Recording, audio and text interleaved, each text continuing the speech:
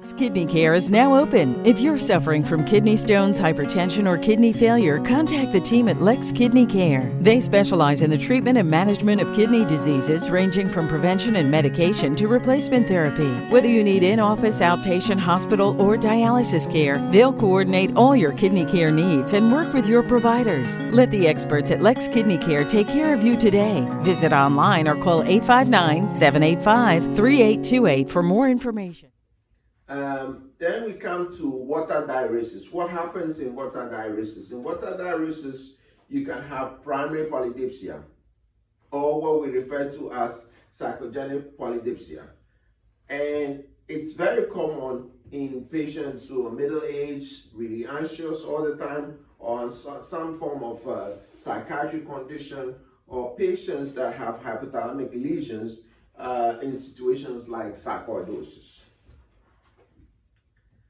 Then we have central diabetes insipidus. Central diabetes insipidus, you can have either idiopathic form, you can have either trauma, neurosurgery, or you can have patients that have gone for a pituitary surgery.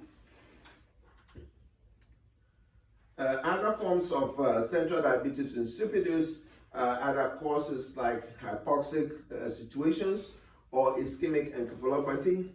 Some people have malignancy or metastatic disease involving the hypothalamic pituitary regions, patients with lung disease, patients with leukemia, patients that have either lymphoma or craniopharyngioma and pinealomas. Now, familial forms, you can have either a hereditary form, and this hereditary form can be an autosomal dominant, and mostly these conditions are very rare. Then with central diabetes insipidus, it could be due to infiltrative diseases like Langerhans cells histiocytosis, commonly characterized by single or multiple osculated bone lesions within the histiocytotic infiltrations. Now, and then granulomatous diseases like patients with TB or sarcoidosis also can have infiltrative diseases. Now, central diabetes insipidus, like I said earlier, granulomatous disease, and one of the other commonest one is the granulomatous polyangiitis, and you can have autoimmune lymphocytic hypophysitis, where you have lymphocytic infiltration and enlargement of the pituitary followed by destruction of pituitary cells. Now, this is really common in pregnant patients, especially in late pregnancy and postpartum situations. Now, central diabetes insipidus, the other very rare causes are cardiac situations, like patients that have post-supraventricular tachycardia due to decreased ADA secretion, or other situations like patients with cerebral aneurysm or anorexia nervosa, infection, or Guillain-Barré syndrome. Then we finish with central diabetes insipidus, and like I said earlier, we have the central and nephrogenic. Right now we're going to talk about the nephrogenic causes. Now, nephrogenic causes can be divided into two. We can have the hereditary causes and then the acquired causes. Now we're going to be talking about the hereditary ones. The hereditary ones, you can have severe polyuria and hypernatremia, typically occurring during the first week of life. Then we can have the X-link. The X-link one, there's mutation in the AVPR2 gene encoding the vasopressin receptor V2. Then you can also have, apart from the X-link, you can have the autosomal dominant or recessive. In autosomal recessive, there's usually a mutation of the aquaporin-2 gene.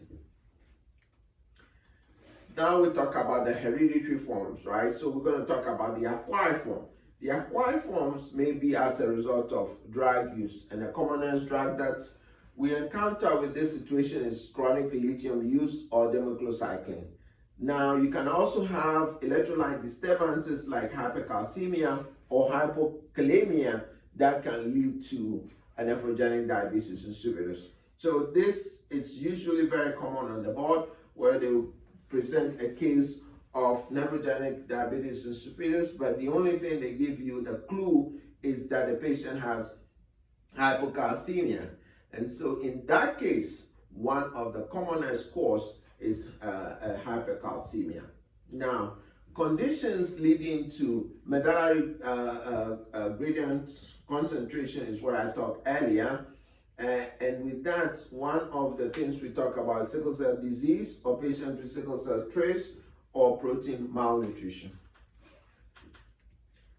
Then this is really one of the tricky parts in pregnancy, because we talked earlier about the acquired form, and then we talk about the hereditary forms, but in pregnancy is completely different.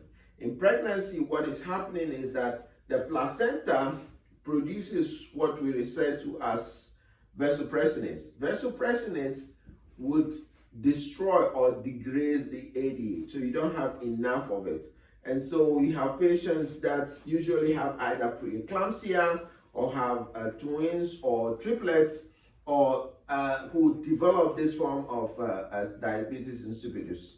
And we'll come to the treatment later. But what happened is that these vasopressinates mediate the degradation of the N-terminal portion of the vasopressin molecule.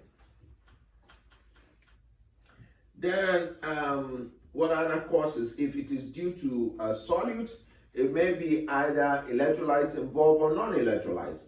Electrolytes involvement are usually excessive saline infusion or salt intake. And this salt intake may be either table salt or maybe salt substitutes, which are either sodium-based or potassium-based. Now, the non-electrolytes form mannitol or parenteral nutrition, IV contracts, and then urea and other things can also cause it.